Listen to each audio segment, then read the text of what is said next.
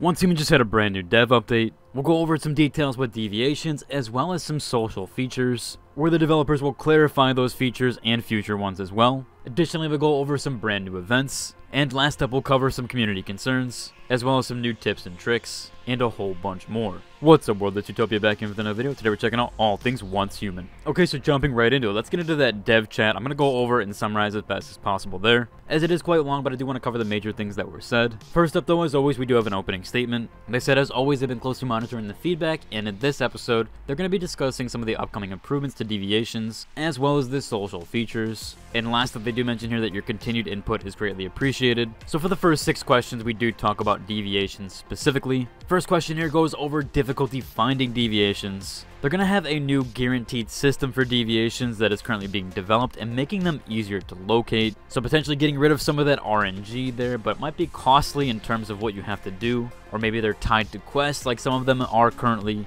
Could even see where all level 1 deviations are potentially guaranteed, essentially unlocking all of them as you play. We'll have to see on that there. This might be a decent change overall. I do know that deviations sell for quite a bit when you do trade them, especially if you have a level 5 of 5. They don't mention any specifics here, so we'll have to see what they mean by that eventually. Question 2 covers switching between deviations. They said there are currently no plans for players to be able to carry multiple deviations at once. They want to have players maintain a strategic decision making there. Although there is some quality of life changes coming specifically for Rainmans, they're going to make it so that you can select specific ground patches. That way it's not essentially tied to RNG or placement mechanics. Obviously quite the decent quality of life there, especially if you have your irrigation set to a specific amount. You really don't need a Rainman in that circumstance unless you want a different plant to have a different amount of water, which I would say in that case this is where it would apply. That's under construction right now, and that will be a future update. Question 3 talks about placing more deviations and secure units. The limit right now for placing deviations is 20 per territory. And again, they want players to make a strategic decision there. However, in the pipeline, they do have it to where you'll be able to place new secure units, which again are planned for future updates. We'll have to see how much they have it by. I would guess 5, or depending on how many new deviations they do add with the new seasons. 20 is quite a lot, but I've also run into the limit as well with ones that I want to place down.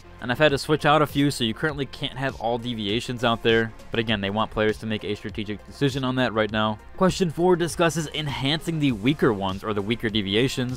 There is going to be a new system to fuse and upgrade weaker deviations that's in the works currently, and is even a part of the game's next stage. That's currently in the planning process, so we'll have to see if that comes with phase 6. Really cool there, so you might want to hang on to your other deviations or ones that you have level 1s of, because they are going to make it so that you can combine those. I could see why players would throw them out because it does get a little bit chaotic when trying to scroll and find certain ones. Hopefully they also add some better tool tipping there. For question 5, they finally address carrying over deviations to the next season. And they do mention here that they are pleased to confirm that players will be able to carry over and transfer their deviations to the next season. This wasn't going to be the case, but with popular demand, they are bringing this to fruition. And also, some will be able to be carried over to Eternal Land. For the last question here on the deviation category, this one here where they said deviations have been pushing owners off their own roofs. They received a lot of reports around this, and they're currently looking at the hitboxes and collision detection, so that will also be fixed soon, as they are working on that currently. I've noticed the Stephosaurus is on the roof a lot of the time, so I'm guessing that's probably one of the ones that are pushing people off. I've also had Grow Shroom up there. I've had a few deviations that have made their way to the roof somehow, some way, even though I've had them on the first floor. I've also seen this with other people's bases, so I'm sure they've cut a lot of reports around this. Next up, we do jump over to the social features. For the first question here, this surrounds World Chat and trade requests. Currently, as we know, the World Chat channel is overwhelmed with trade requests. An AI filter is being developed there to allow users to filter out trade requests based on their preferences. Now, they have got the popular request to remove it to a different channel or to change how that aspect works. Although they think this is the best of the both worlds there. If you want to turn it off, you can. Do kind of wish I had a separate channel for it, although more than likely people are just going to use World Chat. Next up here for question 2, we have displaying items in gear publicly. Players have expressed interest in showing off their gear. They are actually considering this feature, so more than likely some utilization with the mannequins, as they already have them in the game sort of with the DPS meter and DPS check that you can do, or essentially the target dummy. For question 3, the category is Friends Chat window and the channel memory. Pressing F1 should open up the Friends Chat window. And if it doesn't, they want you to report it as a bug. They're also currently working on a recently used channel update, so it will stick and favorite to that one specifically. Question number 4 is teaming up across different worlds. The team up system will be optimized to display each other's meta's world.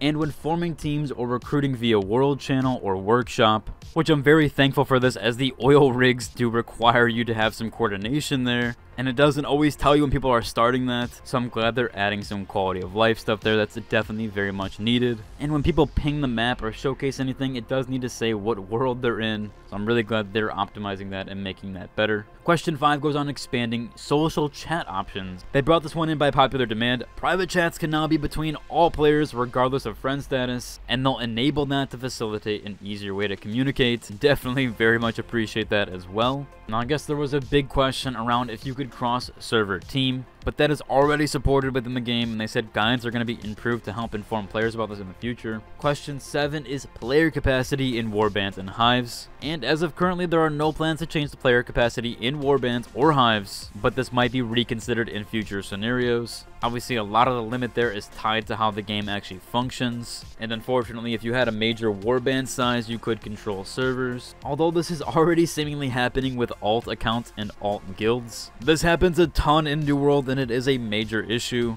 with own guilds declaring against themselves. In fact, I do believe it actually happened in my server. There's been a guild that's been declaring against themselves. This is a really hard issue to combat, because how do you get rid of alts in games? Essentially, if anything, you have to have it tied to phone numbers, kind of like CSGO. But then again, that's different matchmaking queues there. Maybe they can make a server that way where you specifically had to verify your phone number. But then again, there's ways around that, so I don't really know how they can combat that, but hopefully they do figure out a solution there, as alts do seem to be one of the biggest problems in Once Human currently. At least with warbands declaring on themselves, you're having people make multiple territories for one account, obviously through alts. And at this point, it's almost beneficial, as you do get resets with your mimetic specializations. So a lot of people are creating alts just to see what else they get. Yeah, there's a lot of weird stuff there, so hopefully they do kind of tone that down or figure it out. For the second to last question here, they went on vehicle access permissions. They said here that vehicle access permissions will soon be more modular, and so a player will have a little bit more control on who can and cannot access their vehicle, as well as different things there with that. They did say here that players are encouraged to provide feedback on specific needs for that, so if you do want to add your feedback there, I would head to the specific dev chat over on the Discord. I'll include a link to it directly down below. For the last question here, it is about vending machine access permissions. They said currently there are no plans to implement a shared vending machine system or permission. This is due to the challenges in dividing profits fairly,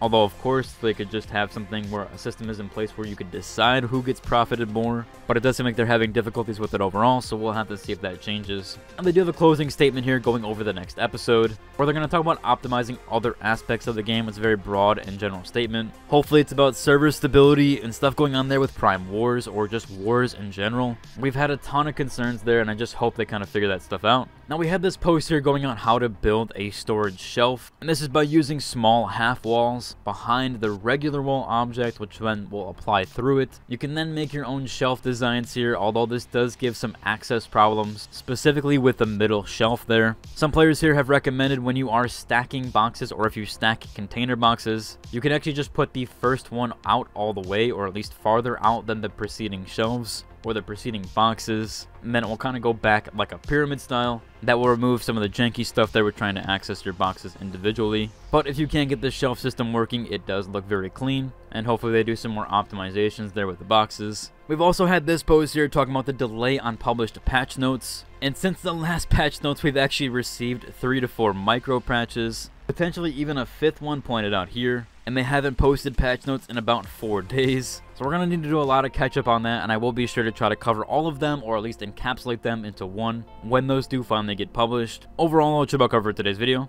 If you like and subscribe, and until the next one, deuces.